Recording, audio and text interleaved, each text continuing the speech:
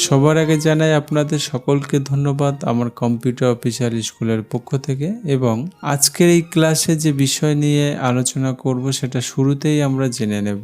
তো দেখুন, আজকের যে ক্লাসের বিষয়টা হলো ভেরি সিম্পল অ্যান্ড ইজি এবং অতি সহজ এবং ছোট্ট একটা ক্লাসের মেন হলো আপনারা যদি কোনো নাম্বারকে কনভার্ট করতে চান পার্সেন্টেজে, যে আপনারা একটা নাম্বার এন্ট্রি করলেন, এটার পার্সেন্টেজ কত হতে পারে, তো সেই পার্সেন্টেজ কিন্তু বিভিন্ন রকমভাবে বার করা যায়।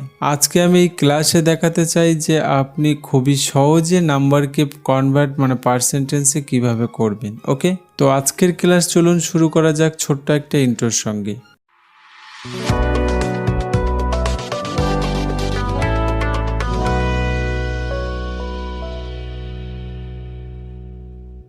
আমরা ইতিমধ্যে কম্পিউটার স্ক্রিনে চলে এসেছি। আপনারা দেখতে পাচ্ছেন আজকে ক্লাসের ফরম্যাট।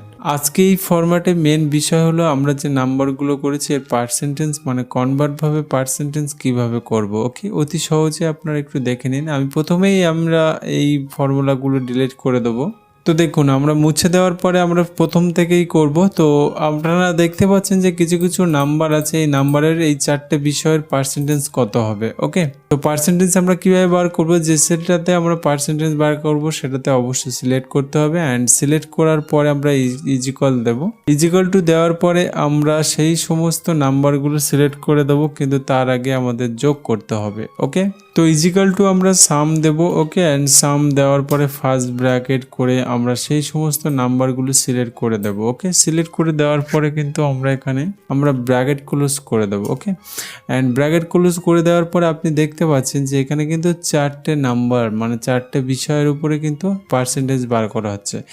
এবার এই যে চারটে নাম্বার কখনো কখনো আপনার হতে পারে 5টা, 7টা, 11টা, 20টা। ওকে, তো এইগুলো কিন্তু মনে রাখতে হবে। প্রতিটা নাম্বার পিছু কিন্তু 100 করে আমাদের মনে রাখতে হবে। এখানে দেখুন, আমরা সাম করার পরে পেছনে আমরা জাস্ট ব্র্যাকেট ক্লোজের পরে কিন্তু ডিভাইডেড করে দেবো, ভাজিতক 400 করে দেবো। ওকে, 400 কেন করলাম, এখানে যেহেতু চারটে বিষয় আছে। ওকে, যদি 3টে বিষয় হয় তাহলে কিন্তু 300 দিয়ে ভাজিতক হবে।